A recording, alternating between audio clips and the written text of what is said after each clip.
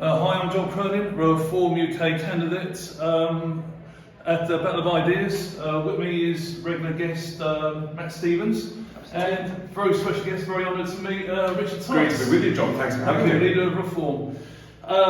Just over a week ago, we had a Reform Party conference. It was a fantastic success, at which we spoke a lot about the new healthcare plan. Just explain to people how it could eliminate the NHS backlog within 18 months. So in summary, we want zero waiting lists. Why do we accept? We've been brainwashed that waiting lists are part of the norm. They're not. All over Europe, there is no such thing as waiting lists. People literally laugh at why we accept them. We can have zero waiting lists if we have a completely new system so that healthcare, yes, it's always free at the point of delivery. Most of it's delivered by the NHS. But if the NHS is busy and you can't see a GP in 3 days, you get a voucher. You can go private. If the NHS is busy and you can't see a consultant specialist in 3 weeks, you get a voucher, you go private. And if you can't get an operation in 8 or 9 weeks, you get a voucher, you go private. What will happen is that the not-for-profit and private healthcare system will mushroom, it will increase the capacity hugely, operating theatres, scanners, diagnostics will be used on the weekends, 24/7, and you'll get on top of these waiting lists within 18 months. The patient's in charge. Always put the customer, in this case the patient, in charge, and it will resolve itself. At the moment, it's the monopoly provider that has the power, and that's the reason for the problem. So people will be able to be treated much faster, people's pain will be dealt with quicker, and the NHS will become much, much more efficient. It's a genuine win-win, and we're the only party with this big, bold vision. Zero waiting. But the only part of the competent plan, even Richard. They are, exactly. Now, we're seeing taxes at their highest levels in 70 years. Shocking. Explain how your low tax, high growth plan helps the least well off in society most. So we want to free up 6 million of the lowest paid by increasing the threshold before anybody pays income tax. Currently, if you earn £12,500, you start to pay income tax above that level. We want to increase that to £20,000, below which no one pays any income tax. That's an extra £30 a week for everybody who is earning below £20,000. That's real money. That helps pay bills, helps pay the mortgage. We want to free up over 1 million businesses, small businesses, who earn profits of less than £100,000 a year that have no corporation tax. That means they can grow faster, invest in more people, more equipment. That creates growth. And if you get higher growth, then over the medium term, you'll have higher wages and higher tax revenues. So actually, and the evidence globally is there. You look at countries like Australia, like the United States, like Singapore, they have much lower total tax take as the size, relative to the size of the economy. And guess what?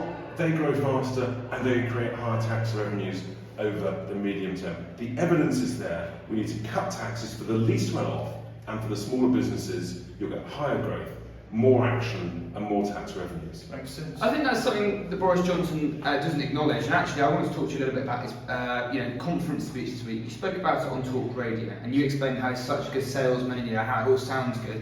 But he talked about wage increases for people in Britain, but he didn't mention that council taxes across the country are going to rise by 5% in each of the next 3 years. He didn't mention facts like that. He didn't mention that his high tax is going to scare big business away.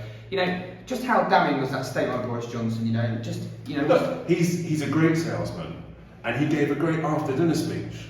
The problem was, it was in the middle of the day, and he completely denied that there are huge challenges facing the country. There's an energy crisis, there's a fuel crisis, there's an inflation issue, and we're not even in winter yet. And people are going to struggle to pay bills. And yet we read already they want to put more taxes on energy costs. And they're just in complete denial about the reality of what's going on. And this is a government who, when the Tories took power in 2010, we were a net exporter of energy. We're now a huge net importer. So we're sending lots of our money overseas, when before we were actually earning. And so it's really bad for the United Kingdom. And Boris Johnson, I'm afraid, he's just completely out of touch with reality. And it's really serious. But we've come up with Reform UK, we've got proper solutions to the challenges of today and the challenges of tomorrow. So just finally, Richard, you appeared in a panel just now here at the Battle of Ideas about working from home. Just, you were speaking about how important it is to have a good balance, and actually how important it is to be in the office at some time, even if it's just 3 days a week or 2 days a week. Just explain to the viewers how important it is to actually have a time in the office to share ideas, and how important it is for all to develop as good workers and as people. I think the point is that you can get the best of both worlds. There's times when actually you want to be, quiet, reading something, writing something, and really thoughtful. That's great. But also, businesses do best when you come up with creative, really interesting ideas, brainstorming, mad ideas that you do around the water cooler, around a meeting room table. So you've got to get together. So I think you can get the best of both worlds, and particularly younger people benefit from hearing sort of sales techniques, the wisdom from people who've been around the block, done it for 10 or 20 years. So you've got to try and get the best of both worlds, I think, and that really is how we then improve productivity. What we've seen in certain sectors, particularly for example parts of the civil service, there's been a collapse in productivity when you've had sort of 90-95% working from home. That's not the right way forward. I do think there's a win-win. Different businesses will work that out for themselves. There's opportunities behind it, but I think particularly young people benefit most from being in the office, socialising, learning from people who've been in the business for a while, and that's the real win-win. And it's exciting if you get it right. It is definitely a period of change. Absolutely. Thank you very much for joining us, Richard. And as a young person, I totally agree on the last point. Thanks very much for joining us, Richard. Thanks, John, as always. Thanks for watching. Thank you.